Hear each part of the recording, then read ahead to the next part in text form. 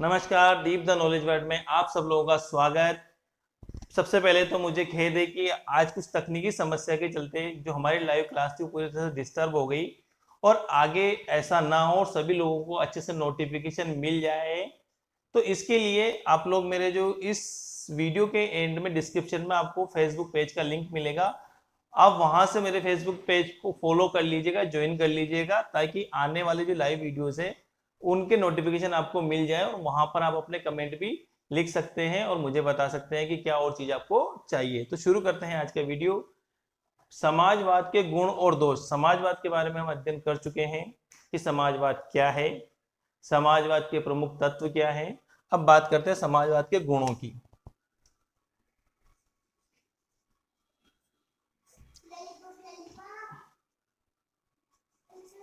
ठीक है, समाजवाद के गुण। समाजवाद का जो पहला गुण बताया जाता है वो यह है कि यह व्यक्ति और समाज दोनों के हितों को ध्यान रखता है।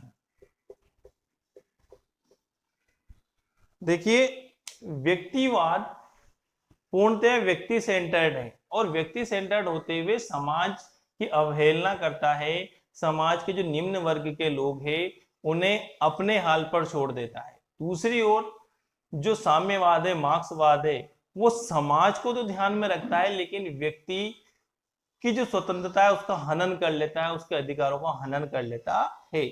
जबकि समाजवाद व्यक्ति और समाज दोनों के हितों का ध्यान रखने की बात करता है। दूसरी बात यह है कि समाजवाद दोनों विचारधाराएं पूंजीवाद और साम्यवाद या मार्क्सवाद जिसे कहते हैं, तो दोनों के दोषों से परिचित है।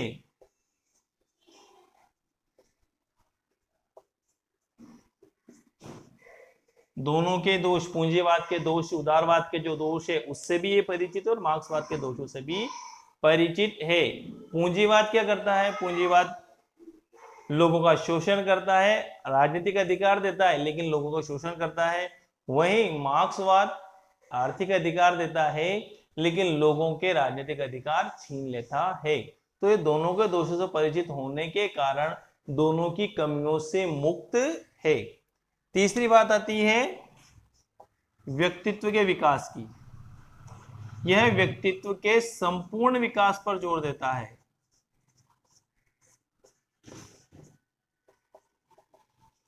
समाजवाद का मानना है कि व्यक्ति के व्यक्तित्व का पूर्ण विकास तभी हो सकता है जब उसे राजनीतिक अधिकारों के साथ साथ सामाजिक और आर्थिक अधिकार भी मिले। राजनीतिक अधिकार तो उदारवाद प्रोवाइड करा ही देता है लेकिन आर्थिक अधिकार मार्क्सवाद प्रोवाइड कराता है, लेकिन मार्क्सवाद राजनीतिक अधिकार प्रोवाइड नहीं कराता है। तो ऐसी स्थिति में व्यक्तित्व का पूर्ण विकास संभव नहीं हो सकता है। इसी वजह से समाजवाद व्यक्ति को राजनीतिक, सामाजिक, आर्थिक सभी प्रकार के अधिकार और स्वतंत्रताएं प्रदान करता है। अगली बात करते हैं। अगला जो गुण है यह निजी संपत्ति को सीमित रखता है।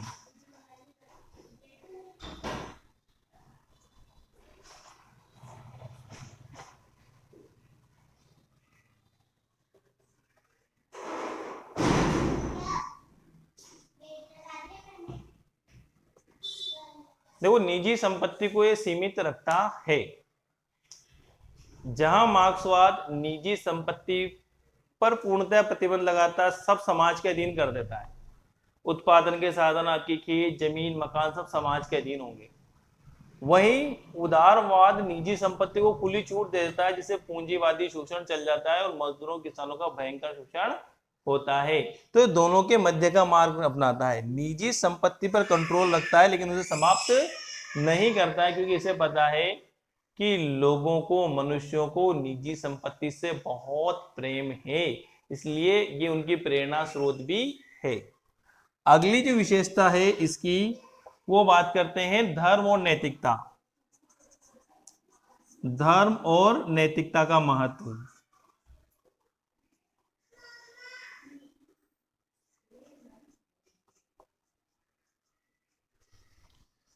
देखिए मार्क्सवाद धर्म को बिल्कुल रिजेक्ट कर देता है और धर्म को अफीम की संज्ञा देता है। वो कहता है धर्म अफीम के समान है जो मनुष्य के दिमाग को कंट्रोल कर लेती है और समाज की जितनी भी दोष या कमियां हैं उसे धर्म के नाम पर छिपाने का प्रयास करती है। लेकिन समाजवाद धर्म और नैतिकता को मनुष्य के व्यवस्थित जीवन के लिए अनिवार्य और आवश्यक मानता है। इस वजह से यह धर्म और नैतिकता के महत्व को स्वीकार करता है। अगली चीज आती है विकेंद्रीकरण।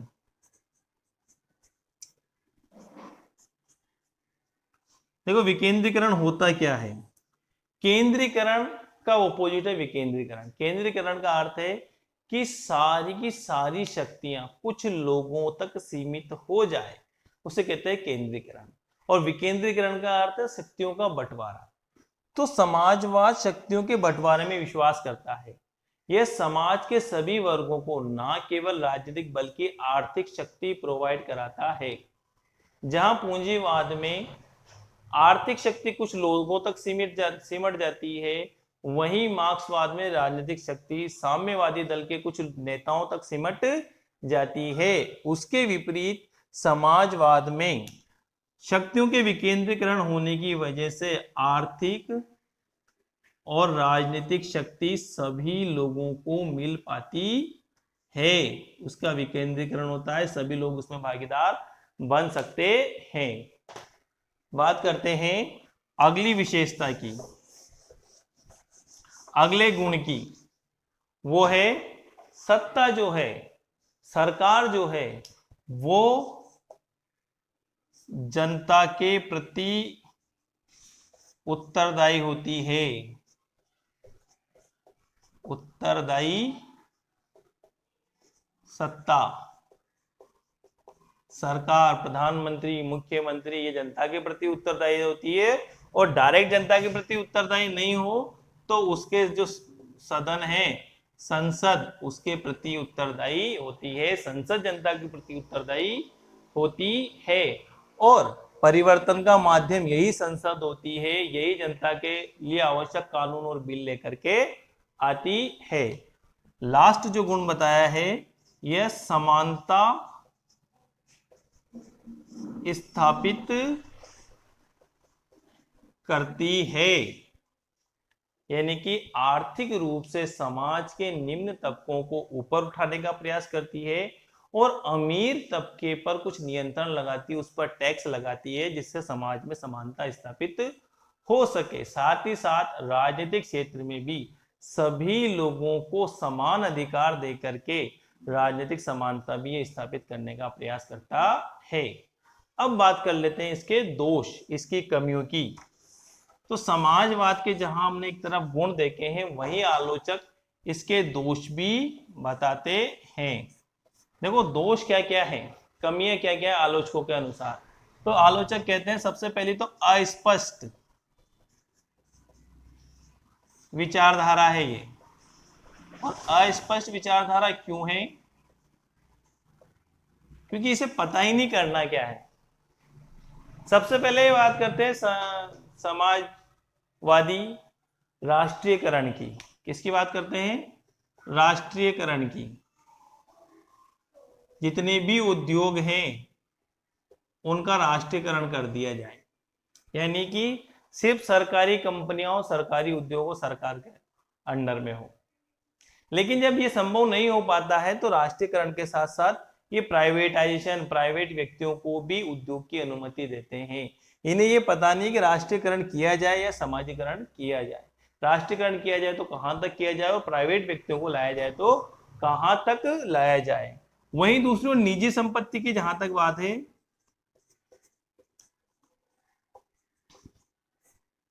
इन्हें ये भी पता नहीं है कि निजी जो संपत्ति है उस निजी संपत्ति पर कितना अंकुश लगाया जाए, अंकुश लगाया जाए या नहीं लगाया जाए। इस वजह से आलोचक इसे अस्पष्ट विचारधारा बताते हैं। दूसरी जो आलोचना करते हैं आलोचक वो कहते हैं विरोधी तत्वों का समन्वय। इसमें जो विचारधारा है दो विरोधी तत्वों से मिलकर के बनी है। एक और तो जनतंत्र है जो जनता को खुली छूट देने की बात करता है, सभी अधिकार देने की बात करता है, बिना नियंत्रण के जनता को आगे बढ़ने का अधिकार देता है। वहीं दूसरी ओर समाजवाद है, जो आर्थिक रूप से नियंत्रण करने की बात करता है, लोगों पर आर्थिक नियंत्रण स्थापित करने की बात करता है, उनके आर्थिक अधिकारों में कटौती करने की बात करता है। इस वजह से ये एक विरोधी विचारधारा है। अगला टॉपिक बनाने से पहले मैं आपको बता दूं कि आप के लिए मैं बहुत जल्दी पॉलिटिकल साइंस और आर्ट्स में आगे का करियर क्या हो सकता है उसके ऊपर भी एक वीडियो लेकर के आने वाला हूं। अगर आपको इससे रिलेटेड कुछ क्वेश्चंस हो तो आप YouTube पेज पर या Facebook पेज पर सेंड कर दीजिएगा। मैं आपके क्वेश्चंस को अपने नेक्स्ट जो वीडियो है उसमें शामिल करूंगा और कोशिश करूंगा कि आपकी सारी क्वेरीज का समाधान किया जा सके ताकि आपका अच्छा भविष्य बन सके। अगले टॉपिक की बात करते हैं, अगले पॉइंट की बात करते हैं, वो है प्राकृतिक संभावनाओं के विरुद्ध।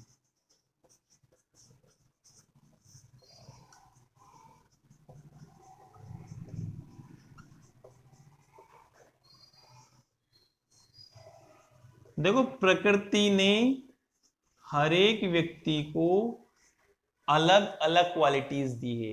कोई ज्यादा श्रम कर सकता है, किसी में बुद्धि ज्यादा है, और कुछ की शारीरिक क्षमता, मानसिक क्षमता कम होती है। अब जिसमें ज्यादा बुद्धि है, जो ज्यादा शारीरिक रूप से सबल है, वो ज्यादा काम करके ज्यादा पैसा अगर कमाता है, ज्यादा धन कमाता है, तो ये समाजवाद उसको रोकता है, उसकी संपत्ति पर टैक्स लगाता है, उस पर कंट्रोल करता है। और ऐसा करने से क्या होता है, जो प्राकृतिक संभावना है एक व्यक्ति ज्यादा से ज्यादा कार्य करने की, उसको ये रोकता है। क्योंकि जो ज्यादा काम करके पैसा कमाता है उसे ये लगता है कि ज्यादा काम करना बेकार है, क्योंकि ज्यादा मैं कमाऊंगा, गवर्नमेंट टैक्स लेकर के सब बर्बाद कर देगी। इस वजह से जो प्राकृतिक संभावना है उसके ये सिद्धांत विरुद्ध है, ये विचारधारा विरुद्ध है। अगली आलोचना की जाती है भ्रष्ट व्यवस्था। भ्रष्ट व्यवस्था को ये बढ़ावा देता है, उसको आगे बढ़ाता है। क्यों बढ़ाता है? क्योंकि समाजवाद जो विचारधारा है उसमें राज्य के कार्यों में बढ़ोतरी होती है, सब कुछ राज्य के अंडर लाने का प्रयास किया जाता है। याद कीजिए, उदारवाद में हमने कहा था कि उदारवाद कहता है कि सीमित राज्य सबसे अच्छा है, जबकि समाजवाद में जो राज्य है वो लोगों को रोटी, कपड़ा, मकान, शिक्षा, स्वास्थ्य, व्यापार सभी जगह कंट्रोल करने की बात करता है, सारी सुविधाएं देने की बात करता है, और ये राज्य की जिम्मेदारी हो जाती है। जब राज्य के कार्य बढ़ते हैं तो ये कार्य किसके बढ़ जाते हैं? ये सारे कार्य जाते हैं नौकरशाही के पास, ये सारे कार्य जाते हैं प्रशासन के पास, अफसरों के पास।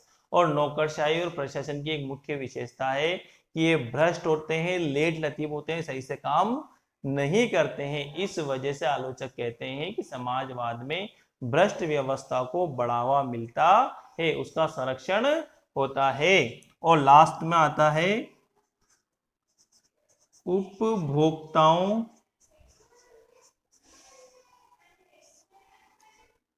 के हितों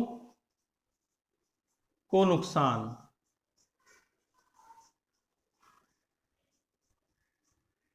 देखिए, इमेजिन कीजिए कि आपके शहर में मात्र एक ही दुकान है। अब आपको कोई भी प्रोडक्ट लेना है, उसी दुकान पर जाएंगे। वो दुकान पर वो प्रोडक्ट अच्छा है, खराब है, महंगा है, सस्ता है, आपके पास कोई ऑप्शन नहीं है, आपको वहीं से खरीदना है। इसी प्रकार समाजवाद में क्या होता है, जो खुली प्रतियोगिता है प्राइवेट सेक्टर की, उसको कंट्रोल किया जाता है। अधिकांश उद्योग धंधे राष्ट्रीयकृत हो जाते हैं, सरकार के अंडर में होते हैं। प्राइवेट भी होते हैं तो बहुत कम होते हैं, बहुत लिमिटेड होते हैं। जब कंपटीशन नहीं होगा, कुछ लोगों के पास ही सारे उद्योग व्यापार होंगे, तो ऐसी स्थिति में उपभोक्ताओं को नुकसान होगा।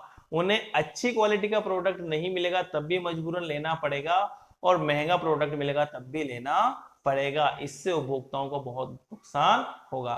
तो आज का वीडियो यहीं तक। आपको सबसे इंपॉर्टेंट बात है कमेंट करके बताना है कि वीडियो कैसा लगा, और एक बार फिर उस लाइव वीडियो में तकनीक गड़बड़ी के लिए मैं आपसे खेद प्रकट करता हूं, और भविष्य में ऐसा नहीं हो, ऐसा प्रयास करेंगे, पूर्व तैयारियां अच्छी सी हो।